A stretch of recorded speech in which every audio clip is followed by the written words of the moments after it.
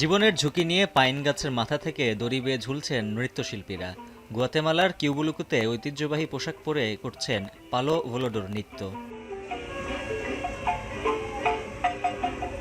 রীতি অনুযায়ী ২২ মিটার উঁচু পাইন গাছের গুড়ি থেকে দড়ি বেঁধে লাফিয়ে লাফিয়ে নামাই এই নাচের বিশেষত্ব।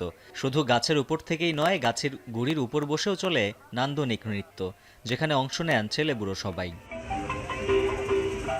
আয়োজক ও নৃত্যশিল্পীরা জানান, নিজেদের হাজার বছরের পুরনো এই ঐতিহ্য ধরে রাখতে প্রতি বছর চলে এই অনুষ্ঠান।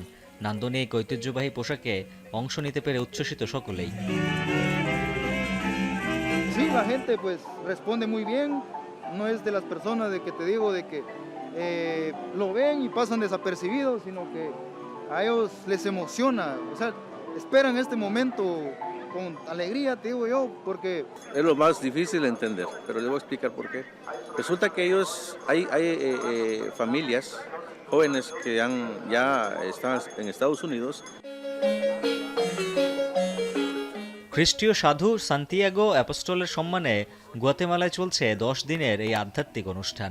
দেশটির প্রাচীন এই ঐতিহ্য বজায় রাখতে আর্থিক সহায়তা পাঠান যুক্তরাষ্ট্রে বসবাসকারী অনেক প্রাক্তন অংশগ্রহণকারী। উজ্জ্বল হাফিজ, এখন বিশ্ব।